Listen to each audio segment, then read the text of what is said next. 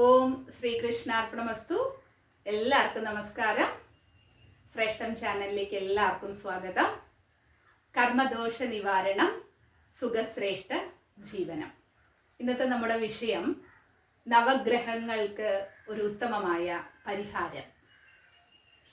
ധർമ്മം തലയിക്കാക്കും എന്ന് കേട്ടിട്ടുണ്ടാവുമല്ലേ? സത്കർമ്മങ്ങളിലൂടെ നമുക്ക് നല്ല ഫലങ്ങളും ദുഷ്കർമ്മങ്ങളിലൂടെ നീച ഫലങ്ങളും ലഭിക്കുമെന്നുള്ളത് ഉറപ്പുള്ള കാര്യമാണ്.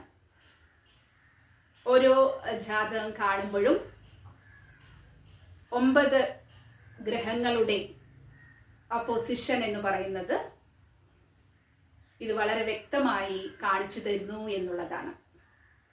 അപ്പോൾ ഇതിലേക്ക് പോകണമെങ്കിൽ നമ്മൾ ആദ്യം മനസ്സിലാക്കേണ്ട ഒരു കാര്യം പഞ്ചമഹായജ്ഞത്തെക്കുറിച്ച് അറിയണമെന്നുള്ളതാണ്. എന്താണ് പഞ്ചമഹായജ്ഞം? നമ്മൾ ഇതിനു മുമ്പ് ഒരു വീഡിയോ ചെയ്തിട്ടുണ്ട്, ഓഡിയോ ആയിട്ട് ചെയ്തിട്ടുണ്ട്. അപ്പോൾ ഒന്നുകൂടെ അത് ആവർത്തിക്കാം. പഞ്ചമഹായജ്ഞം നമുക്കറിയാം. പഞ്ച എന്ന് പറയുമ്പോൾ 5 എന്നുള്ളതാണ് അല്ലേ? 5 യജ്ഞങ്ങൾ. നമ്മളൊക്കെ ഒരു ഗാർഹിക ജീവിതം ജീവിക്കണവരാണ്, സന്യാസിയല്ല അല്ലേ? അപ്പോൾ തീർത്തും നമ്മൾ അനുഷ്ഠിക്കേണ്ട, ഓരോ മനുഷ്യരും അനുഷ്ഠിക്കേണ്ട 5 യജ്ഞങ്ങളാണ് ഈ പഞ്ചമഹായജ്ഞം എന്ന് പറയുന്നത്. അപ്പം അതിൽ ആദ്യത്തേതെന്ന് പറയുന്നത് ബ്രഹ്മയജ്ഞം അല്ലെങ്കിൽ ഋഷിയജ്ഞം എന്ന് പറയും. അപ്പം എന്താണ് അവിടെ സൂചിപ്പിക്കുക? എന്തിനെ കുറിച്ചായിരിക്കും? ഋഷിയജ്ഞം എന്ന് കേൾക്കുമ്പോൾ തന്നെ നമുക്ക് മനസ്സിലാക്കാൻ പറ്റും അല്ലേ? വേദവ്യാസൻ അതുപോലെയുള്ള ഋഷീശ്വരന്മാര് അവർ ധാരാളം വേദങ്ങൾ പോലെയുള്ള ധാരാളം ശാസ്ത്രീയ വിഷയങ്ങൾ നമുക്ക് സംഭാവന ചെയ്തിട്ടുണ്ട്. ഇന്നത്തെ സയൻസ് എത്ര പുരോഗമനം പറയുകയാണെങ്കിലും നമ്മുടെ ഋഷീശ്വരന്മാർക്ക് തുല്യമായിട്ട് അത് വരുന്നില്ല എന്നുള്ളതാണ്. അപ്പം നമ്മൾ കടപിടിക്കേണ്ടത് എന്തിനോടാണ്? തീർത്തും നമ്മുടെ ഋഷീശ്വരന്മാരുടെ ആശയത്തോടാണ്. അപ്പം ഈ ജ്യോതിഷം പഠിക്കുക എന്നുള്ളത് തന്നെ ഈ ബ്രഹ്മയജ്ഞത്തിന് തുല്യമായിട്ടുള്ള ഒന്ന് എന്നുള്ളതാണ്. ഈ ശാസ്ത്രം ദുരുപയോഗം ധാരാളം ചെയ്യപ്പെടുന്നുണ്ട്, പണം സമ്പാദിക്കാനുള്ള ഒരു വഴിയായിട്ട് കരുതുന്നുണ്ട്. അതിപ്പോൾ എല്ലാ മേഖലകളിലും അതുണ്ടല്ലോ. അതുപോലെ തന്നെയാണ് ജ്യോതിഷവും. കൈകാര്യം ചെയ്യുന്ന ആളിൽ പ്രശ്നമുണ്ടാവുന്നു എന്ന് മാത്രമേ ഉള്ളൂ. ഈ ശാസ്ത്രം എന്ന് പറയുന്നത് വളരെ സത്യസന്ധമാണ്, മനസ്സിലാക്കും തോറും ആഴം കൂടി വരുന്ന ഒരു ശാസ്ത്രം കൂടെയാണ്. അപ്പോൾ നമ്മൾ പറഞ്ഞു വരുന്നത് ബ്രഹ്മയജ്ഞത്തെക്കുറിച്ചാണ്. ഇപ്പോൾ ഋഷീശ്വരന്മാർ നമുക്ക് തന്നിട്ടുള്ള, ഇപ്പൊ ജ്യോതിഷം പറയണമെങ്കിൽ വരാഹമിഹിരൻ, പരാശര മഹർഷി പോലെയുള്ളവർ നമുക്ക് തന്നിട്ടുള്ള ആ ശാസ്ത്രം നാം മനസ്സിലാക്കുക. ഭഗവത്ഗീത പോലെയുള്ള ഗ്രന്ഥങ്ങൾ നാം പഠിക്കുകയും മനസ്സിലാക്കുകയും മറ്റുള്ളവർക്ക് പറഞ്ഞു കൊടുക്കുകയും ചെയ്യുക. ഇങ്ങനെയൊക്കെ ചെയ്യുമ്പോൾ എന്ത് സംഭവിക്കുന്നു? എല്ലാ ശാസ്ത്രവും വരും, എല്ലാ ഉപനിഷത്തുകളും വരും. കടോപനിഷത്ത് നമ്മൾ മനസ്സിലാക്കുന്നു, അത് മറ്റുള്ളവരിലേക്ക് എത്തിക്കാൻ ശ്രമിക്കുക. ഇങ്ങനെ എല്ലാ കാര്യങ്ങളും ചെയ്യുമ്പോൾ നമ്മൾ എന്ത് ചെയ്തു? ബ്രഹ്മയജ്ഞം ചെയ്തു എന്ന് പറയാം. അപ്പൊ തീർച്ചയായിട്ടും ഓരോ മനുഷ്യരും ഈ പഞ്ചയജ്ഞവും ചെയ്യേണ്ടതാണ്. അതാണ് എന്തിനുള്ള പരിഹാരം? പൂർവജന്മ കടം വീട്ടാനുള്ള പരിഹാരമാണ്. മുക്തി മോക്ഷത്തിലേക്ക് ഇതിലൂടെ നമുക്ക് പോവാനായിട്ടും സാധിക്കുമെന്നുള്ളത് ഉറപ്പായിട്ടുള്ള കാര്യമാണ്. അപ്പൊ ആദ്യത്തെ പറഞ്ഞു കഴിഞ്ഞു. ബ്രഹ്മയജ്ഞം എന്താണ്? ഋഷിയജ്ഞം. അപ്പൊ ആ ഋഷീശ്വരന്മാരെ നമ്മൾ വന്ദിച്ചുകൊണ്ട് അവർ പറഞ്ഞു തന്നിട്ടുള്ള കാര്യങ്ങൾ മനസ്സിലാക്കി പോവുക എന്നുള്ളതാണ് ഇതുകൊണ്ട് ഉദ്ദേശിക്കുന്നത്. 2 എന്ന് പറയുന്നത് ദേവയജ്ഞമാണ്. ഭഗവത്ഗീതയിൽ തന്നെ ഭഗവാൻ പറയുന്നുണ്ട് ദേവയജ്ഞത്തെ കുറിച്ച് വളരെ വ്യക്തമായിട്ട് അല്ലേ? എന്താ ചെയ്യുന്നത്? അവിടെ ഹോമങ്ങളൊക്കെ ചെയ്യാന്നുള്ളതാണ്. അപ്പൊ അതിലൂടെ എന്ത് സംഭവിക്കുന്നു? ദേവന്മാർ പ്രീതിപ്പെടുന്നു എന്നുള്ളതാണ്. അപ്പൊ തീർച്ചയായിട്ടും നമുക്കും ചെയ്യാവുന്നതാണ്. വർഷത്തിൽ ഒരിക്കലെങ്കിലും ഒരു ഹോമത്തിൽ പങ്കെടുക്കുക, അതിൻ്റെതായിട്ടുള്ള സംഭാവനകൾ ചെയ്യുക. നമ്മുടെ ഗൃഹത്തിൽ ചെയ്യുക. ഗണപതി ഹോമം പോലെയുള്ള കാര്യങ്ങളൊക്കെ നമ്മുടെ വീട്ടിൽ തന്നെ ചെയ്യാം അല്ലെ? ഭഗവത് സേവ ചെയ്യാം. അങ്ങനെയുള്ള കാര്യങ്ങളൊക്കെ നമുക്ക് എന്ത് ചെയ്യാം? അമ്പലത്തിൽ, ക്ഷേത്രങ്ങളിലേക്ക് പോവുക. ഇങ്ങനെയുള്ള കാര്യങ്ങളെല്ലാം തന്നെ ഇതിൽ വരുന്നതാണ്? ദേവയജ്ഞത്തിൽ വരുന്നതാണ് എന്നുള്ളതാണ്. പിന്നെ 3ാമത്തെ പോയിന്റ് എന്ന് പറയുന്നത് പിതൃയജ്ഞമാണ്. വളരെ പ്രാധാന്യം അർഹിക്കുന്ന ഒരു യജ്ഞമാണ് പിതൃയജ്ഞം എന്ന് പറയുന്നത്. അപ്പൊ അമാവാസി, കർക്കിടക വാവ് ബലി എന്ന് കേട്ടിട്ടുണ്ടാവും. അപ്പൊ അതാണ് വളരെ പ്രാധാന്യം അർഹിക്കുന്ന, വർഷത്തിൽ ഒരു ദിവസമെങ്കിലും 1 മണിക്കൂറെങ്കിലും ഇതിനു വേണ്ടിയിട്ട് മാറ്റിവെക്കുക എന്നുള്ളതാണ്. അപ്പൊ നമ്മുടെ അച്ഛനും അമ്മയും ഉള്ളവർക്ക് ഇത് ചെയ്യാനാവുമോ എന്നുള്ളൊരു സംശയമൊക്കെ വന്നിട്ടുണ്ടാവും അല്ലേ? പക്ഷെ നമ്മുടെ ശാസ്ത്രം പറയുന്നത് ഇത് അച്ഛൻ അമ്മ എന്നുള്ള ആ രണ്ട് വ്യക്തികളിൽ മാത്രം നിലനിൽക്കുന്നതല്ല. അത് 7 ജന്മത്തിലുള്ള 7 ജന്മമായിട്ട് നമ്മുടെ ആൻസിസ്റ്റേഴ്സ് എന്ന് പറഞ്ഞാൽ 7 പൂർവികരുണ്ടാവും.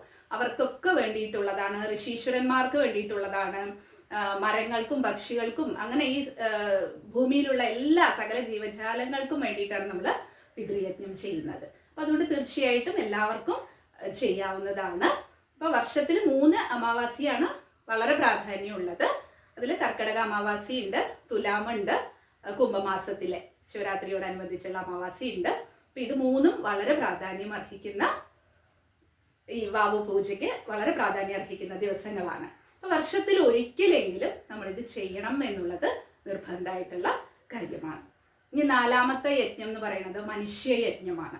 അപ്പോൾ മനുഷ്യയജ്ഞം എന്ന് പറയുമ്പോൾ എന്താണ്? നമ്മുടെ സഹജീവികളോട് കാരുണ്യം ഉണ്ടാവുക, അല്ലേ, ദയ ഉണ്ടാവുക, നമുക്ക് നമ്മുടെ സാമ്പത്തിക സ്ഥിതി അനുസരിച്ച് നമുക്ക് കീഴിലുള്ളവരെ സഹായിക്കാനായിട്ട് സാധിക്കുക. അപ്പോൾ പലവിടെയും കണ്ടുവരാറുള്ളതാണ് ഈ സ്ട്രീറ്റിലൊക്കെ വെജിറ്റബിൾസ് ഒക്കെ വിൽക്കുന്ന ലേഡീസ്, ഒരു 70-80 വയസ്സ് പ്രായമുള്ളവരൊക്കെ ഉണ്ടാവും. അപ്പോൾ അവർ ഒരു 20 രൂപ 30 രൂപ എന്നൊക്കെ പറയുമ്പോൾ നമ്മൾ ബാർഗെയിൻ ചെയ്യരുത് ഒരിക്കലും. അപ്പോൾ എന്ത് ചെയ്യാം, അവർക്കൊരു എക്സ്ട്രാ ഒരു 20 രൂപയും കൂടെ കൊടുത്ത് ഒരു 50 രൂപയ്ക്കൊക്കെ ഒരു സാധനം വാങ്ങുക. ഇങ്ങനെയൊക്കെ ചെയ്യുമ്പോൾ എന്ത് സംഭവിക്കുന്നു? അവിടെ മനുഷ്യയജ്ഞം സംഭവിക്കുന്നു. ഉറപ്പുവരുത്തേണ്ടതാണ് നമ്മുടെ ജീവിതത്തിൽ നമ്മൾ ഇത്തരം കാര്യങ്ങൾ ഏർപ്പെടുന്നുണ്ടോ എന്നുള്ളത് ശ്രദ്ധിക്കണം. ഇന്ന് വളരെ ഫാസ്റ്റായിട്ട് പോവുകയാണ് ജീവിതം എന്ന് പറയുന്നത്. അപ്പോൾ ആർക്കും ഇതൊന്നും ചിന്തിക്കാനായിട്ട് സമയം ഒട്ടും തന്നെ ഉണ്ടാവുന്നില്ല. പക്ഷെ ഹോസ്പിറ്റലിൽ പോയിട്ട് മണിക്കൂർ കണക്കിന് ഡോക്ടേഴ്സിന് വേണ്ടിയിട്ട് വെയിറ്റ് ചെയ്യും. 1-2 ദിവസങ്ങളൊക്കെ അതിന് വേണ്ടിയിട്ട് അപ്പോയിൻമെൻറ്റ് കിട്ടാനായിട്ട് പോവും. അപ്പോഴൊക്കെ നമുക്ക് സമയം ഉണ്ടാവുന്നുണ്ട്. പക്ഷെ നമ്മൾ ശ്രദ്ധിക്കേണ്ട പല കാര്യങ്ങളും നമ്മൾ മനഃപൂർവ്വം വിസ്മരിച്ചു പോകുന്നു. അതാണ് ഇത്തരം ജീവിത സാഹചര്യങ്ങൾ മോശമായിട്ട് പോകുന്നതെന്ന് പലപ്പോഴും തോന്നിപ്പോവാറുണ്ട്. അപ്പോൾ തീർച്ചയായിട്ടും മനുഷ്യയജ്ഞം ചെയ്യുക എന്നുള്ളതാണ്. അപ്പോൾ ജോലിക്കാരികൾ ഉണ്ടാവും, അപ്പോൾ അവരെ വേണ്ട വിധത്തിൽ കരുതുക, അല്ലെ, പഴയ ഭക്ഷണമൊക്കെ കൊടുത്ത് നമ്മുടെ വീട്ടിലെ സാധനങ്ങളൊന്നും പോയി കിട്ടിയില്ലോ എന്നുള്ള ചിന്തകൾ കൊടുക്കുക. ഇതൊക്കെ തന്നെ തീർത്തും തെറ്റായിട്ടുള്ളൊരു പ്രവണതയാണ്. അവർക്ക് കൊടുക്കുന്നുണ്ടെങ്കിൽ നമ്മൾ കഴിക്കുന്ന അതേ രീതിയിലുള്ള ഭക്ഷണം കൊടുക്കുക, അവർക്ക് സഹായങ്ങൾ ചെയ്തു കൊടുക്കുക. അവർ ചോദിക്കുന്ന വരുമാനം എന്ന് പറയുന്നത് വളരെ കൂടിപ്പോയി എന്ന് പറഞ്ഞാൽ അതിലൊരു വിലപേശാൻ നിൽക്കുക. ഇങ്ങനെയുള്ള കാര്യങ്ങളൊക്കെ ചെയ്യാതിരിക്കുക എന്നുള്ളതാണ് മനുഷ്യയജ്ഞം. അപ്പം മനുഷ്യനെ സഹാനുഭൂതിയോടെ നോക്കാനും എല്ലാവർക്കും ഈ ഭൂമിയിൽ ജീവിക്കാനുള്ള അവകാശമുണ്ട്. അപ്പോൾ അവരുടെ പാപങ്ങൾ കൊണ്ടായിരിക്കാം ചിലപ്പോൾ ആ ഒരു ലെവലിലേക്ക് അവർ എത്തിപ്പെട്ടിട്ടുണ്ടാവുക. എങ്കിലും നമുക്ക് ചെയ്യാൻ പറ്റുന്ന കാര്യങ്ങൾ, ഭിക്ഷ അറിഞ്ഞു വേണം, അല്ലേ, പാത്രം അറിഞ്ഞു വേണം ഭിക്ഷ ചെയ്യാൻ എന്ന് പറയും. അപ്പോൾ അത് ശ്രദ്ധിക്കണം. എല്ലാവർക്കും ഹെൽപ്പ് ചെയ്യണം എന്നുള്ളതല്ല, അവർക്കതിനുള്ള അർഹതയുണ്ടോ എന്ന് ശ്രദ്ധിച്ചിട്ട് അത് കറക്റ്റായിട്ട് ചെയ്തു പോവുക എന്നുള്ളതാണ് മനുഷ്യയജ്ഞം കൊണ്ട് ചെയ്യേണ്ടത്. ഇനി അവസാനത്തെ യജ്ഞം എന്ന് പറയുന്നത് എന്താണ്? ഭൂതയജ്ഞമാണ്. അതാണ് നമ്മുടെ ഇന്നത്തെ വിഷയം. നവഗ്രഹ പരിഹാരമായിട്ട് നമ്മളിവിടെ അവതരിപ്പിക്കാൻ പോണതും ഈ ഭൂതയജ്ഞത്തെക്കുറിച്ചാണ്. എന്താണ് ഭൂതയജ്ഞം എന്ന് പറയുന്നത്? ഭൂതം എന്ന് പറയുന്നത് ഇവിടെ ഉദ്ദേശിക്കുന്നത് പക്ഷിമൃഗാദികളെയാണ്, അല്ലേ. അപ്പോൾ പക്ഷിമൃഗാദികളെ പരിപാലിക്കുക, അവർക്ക് വേണ്ട സഹായങ്ങൾ ചെയ്തു കൊടുക്കുക. അപ്പോൾ എന്ത് സംഭവിക്കുന്നു? ഭൂതയജ്ഞം അവിടെ നടക്കുന്നു. ഈ 5 കാര്യങ്ങളും തീർച്ചയായും നമ്മുടെ ജീവിതത്തിൽ പ്രാബല്യത്തിൽ വരുത്തേണ്ടതാണ്. അങ്ങനെ ചെയ്തു പോരുന്ന ഒരാൾക്കും ജീവിതത്തിൽ പ്രതിസന്ധി ഉണ്ടാവില്ല എന്നുള്ളത് ഉറപ്പുള്ള കാര്യമാണ്. അപ്പോൾ ഇത്തരം കർമ്മങ്ങളിൽ നമ്മൾ ഏർപ്പെടണമെങ്കിൽ തന്നെ എന്തുണ്ടാവണം? അതിൻ്റെതായിട്ടുള്ള നന്മയിലേക്ക് എത്തണം എന്നുണ്ടെങ്കിൽ തന്നെ അല്പം ഇതുപോലെയുള്ള ശാസ്ത്ര വിഷയങ്ങൾ മനസ്സിലാക്കാൻ തുടങ്ങുമ്പോൾ, അതുകൊണ്ടാണ് എടുത്തെടുത്ത് പറയുന്നത് ഈ ജ്യോതിഷം എന്ന് പറയുന്ന കാര്യങ്ങൾ മനസ്സിലാക്കുക. അതുപോലെയുള്ള ശാസ്ത്രങ്ങൾ നമ്മൾ പഠിക്കുമ്പോൾ, ഉപനിഷത്തുകളൊക്കെ മനസ്സിലാക്കുമ്പോൾ ധാർമ്മികത വിട്ട് നമ്മൾ ഒരിക്കലും പെരുമാറില്ല എന്നുള്ളത് ഉറപ്പായിട്ടുള്ള കാര്യമാണ്. അപ്പം ഇത്തരം കാര്യങ്ങൾ ചെയ്യുന്നതിലൂടെ ഒരാൾക്ക് മുജ്ജന്മ പാപകർമ്മങ്ങളിൽ നിന്ന് മുക്തി കിട്ടുകയും നമുക്ക് എങ്ങോട്ടാണോ സഞ്ചരിക്കേണ്ടത് ആ ഭഗവത് പാദങ്ങളിലേക്ക് എത്തിച്ചേരുക എന്നുള്ളതാണ് ഓരോ ആത്മാവിൻ്റെയും ലക്ഷ്യമായിട്ട് പറയുന്നത്. അതിലേക്ക് അനായാസം എത്തിച്ചേരാനായിട്ട് സാധിക്കും. ജീവിതത്തിൽ ഒരു പ്രതിസന്ധിയും ഉണ്ടാവില്ല. അഥവാ വന്നു കഴിഞ്ഞാൽ തന്നെ അത് വളരെ സ്ട്രോങ് ആയിട്ട് തന്നെ നേരിട്ട് കൊണ്ട് മുന്നോട്ട് പോകാനായിട്ട് സാധിക്കുമെന്നുള്ളതാണ്. അപ്പം നമുക്കിനി ഭൂതയജ്ഞത്തിനെ കുറിച്ച് കൂടുതൽ മനസ്സിലാക്കാം. ആദ്യത്തെ ഗ്രഹം എന്ന് പറയുന്നത് രവിയാണ്, അല്ലേ. അപ്പം നവഗ്രഹങ്ങളിൽ ആദ്യം സൂര്യഭഗവാനാണ്. അപ്പം സൂര്യഭഗവാനെ, അപ്പം നമ്മുടെ ജാതകത്തിൽ സൂര്യൻ്റെ ശക്തി കുറയുക, അല്ലെങ്കിൽ ഇപ്പം നമുക്ക് സൂര്യദശയാണ് നടക്കുന്നത്, രവിയുടെ ദശ നടക്കുന്ന സമയത്ത്, അപഹാരം നടക്കുന്ന സമയത്തൊക്കെ നമ്മുടെ ജാതകത്തിൽ അത് പോസിറ്റീവ് ആയിട്ടില്ല എന്ന് തോന്നുകയാണെങ്കിൽ നമ്മൾ ചെയ്യേണ്ട പരിഹാരം എന്ന് പറയുന്നത് കുതിരകൾക്ക് ഭക്ഷണം കൊടുക്കുക എന്നുള്ളതാണ്. അപ്പോൾ എന്തുകൊണ്ടാണ് സൂര്യഭഗവാൻ എന്ന് പറയുന്നത് തന്നെ എങ്ങനെയാണ് യാത്ര ചെയ്യുന്നത്? 7 കുതിരകളുള്ള രഥത്തിലാണ് യാത്ര ചെയ്യുന്നത് അല്ലേ? അപ്പോൾ കുതിരകൾക്ക് ഭക്ഷണം കൊടുക്കുന്നതിലൂടെ സൂര്യഭഗവാനെ പ്രീതിപ്പെടുത്താനായിട്ട് സാധിക്കുന്നുള്ളതാണ്. അപ്പോൾ 2 എന്ന് പറയുന്നത് ചന്ദ്രൻ അല്ലേ? 2ാമത്തെ ഗ്രഹം നമ്മുടെ മാതൃകാരകനായിട്ടുള്ള ചന്ദ്രനാണ്. അപ്പോൾ ചന്ദ്രന്റെ കാരകത്വം എന്ന് പറയുന്നത് തന്നെ ജലമാണ് അല്ലേ?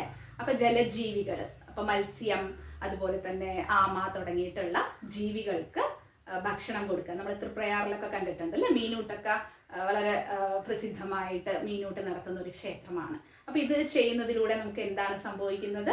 ചന്ദ്രനെ പോസിറ്റീവ് ആക്കാനായിട്ട് സാധിക്കുന്നു എന്നുള്ളതാണ്. അപ്പോൾ മനസ്സിന്റെ കാരകനാണല്ലോ ചന്ദ്രൻ. അപ്പോൾ മാനസികമായിട്ട് ബുദ്ധിമുട്ടുള്ളവർക്ക്, അതുപോലെ തന്നെ ചന്ദ്രദശ നടക്കുകയാണ് ജാതകത്തിൽ, നമ്മുടെ പർട്ടിക്കുലർ ഹോറോസ്കോപ്പിൽ ചന്ദ്രൻ വളരെ മോശമായിട്ടുള്ള അവസ്ഥയിലാണ്. അപ്പോൾ ആ ചന്ദ്രദശയും കൂടെ നടന്നു വരുമ്പോൾ ഉണ്ടാവുന്ന പ്രശ്നങ്ങൾക്ക് ഒരു പോംവഴിയായിട്ട് നമുക്ക് എന്ത് ചെയ്യാവുന്നതാണ്? ഇതുപോലെയുള്ള ജലജീവികൾക്ക് ഭക്ഷണം കൊടുക്കുക എന്നുള്ളതാണ്. ഇത് ഒരു തവണ ചെയ്യാന്നുള്ളതല്ല, കുറച്ചു കാലം ചെയ്തുകൊണ്ടിരിക്കുക എന്നുള്ള, ആ ദശയുടെ ഒരു പീരീഡ് കഴിയുന്നത് വരെയെങ്കിലും ചെയ്യുക എന്നുള്ളതാണ് കേട്ടോ. അത് കഴിഞ്ഞ് 3rd എന്ന് പറയുന്നത് ആരാണ്? ബുധനാണ് അല്ലേ? ബുധൻ എന്ന് പറയുമ്പോൾ തന്നെ നമുക്കറിയാം വാക്കിൻ്റെ ആളാണ്. അപ്പം നന്നായിട്ട് സംസാരിക്കാൻ കഴിയുന്ന പക്ഷി എന്ന് പറയുന്നത് ആരാ? നമ്മൾ പറയണതൊക്കെ റിപ്പീറ്റ് ചെയ്യാൻ കഴിയുന്നത് ആരാ? തത്തയാണ് അല്ലേ? അപ്പോൾ തത്തയ്ക്ക് ഭക്ഷണം കൊടുക്കുക, ചെറുപഴം ഇതൊക്കെയാണല്ലോ അതിന് ഇഷ്ടപ്പെട്ട ആഹാരങ്ങൾ. അപ്പോൾ അതൊക്കെ കൊടുക്കുന്നതിലൂടെ ബുധൻ്റെ പോസിറ്റീവ് രശ്മികൾ. അപ്പം എന്തുകൊണ്ടാണ് നമ്മുടെ ജാതകത്തിൽ ബുധൻ വീക്കാവുന്നത്? നമ്മൾ പാസ്റ്റ് ലൈഫിൽ അതിൻ്റെതായിട്ടുള്ള തെറ്റുകൾ ചെയ്തിട്ടുണ്ടാവും. അപ്പോൾ അവിടെ നമുക്ക് വിദ്യാഭ്യാസപരമായിട്ടുള്ള കാര്യങ്ങൾ, മാത്സ് റിലേറ്റഡ് ആയിട്ടുള്ള പ്രശ്നങ്ങൾ, ഇതൊക്കെ ബുധൻ എന്നുള്ള ഗ്രഹം ഒരു ജാതകത്തിൽ മോശമാകുമ്പോൾ ഉണ്ടാവും. അപ്പോൾ ഈ തത്തയ്ക്ക് ഭക്ഷണം കൊടുക്കുമ്പോൾ എന്ത് ചെയ്യാണ്? നമ്മൾ ചെയ്തിട്ടുള്ള ആ പാസ്റ്റ് കർമ്മ അവിടെ കുറഞ്ഞു വരികയാണ് എന്നുള്ളതാണ്. 4ാമത്തെ എന്ന് പറയുന്നത് കുജനാണ്. കുജൻ എന്ന് പറയുമ്പോൾ തന്നെ അറിയാം ചൊവ്വ. ചൊവ്വ എന്ന് പറയുന്നത് മേടം രാശിയുടെ അധിപനാണ് അല്ലേ? അപ്പോൾ മേടം എന്നൊക്കെ പറയുമ്പോൾ നമുക്ക് അതിൻ്റെ സിമ്പൽ തന്നെ അറിയാം, ആട് എന്നുള്ളതാണ്. അപ്പോൾ ആട്, അതുപോലെ തന്നെ ചെമ്മരിയാട് തുടങ്ങിയിട്ടുള്ള ജീവികൾക്ക്, അതുപോലെ തന്നെ കുരങ്ങനൊക്കെ ഭക്ഷണം കൊടുക്കുന്നതൊക്കെ കുജനെ പോസിറ്റീവ് ആക്കാനായിട്ട് സാധിക്കുമെന്നുള്ളതാണ്. അടുത്തതെന്ന് പറയുന്നത് ഗുരുവാണ്.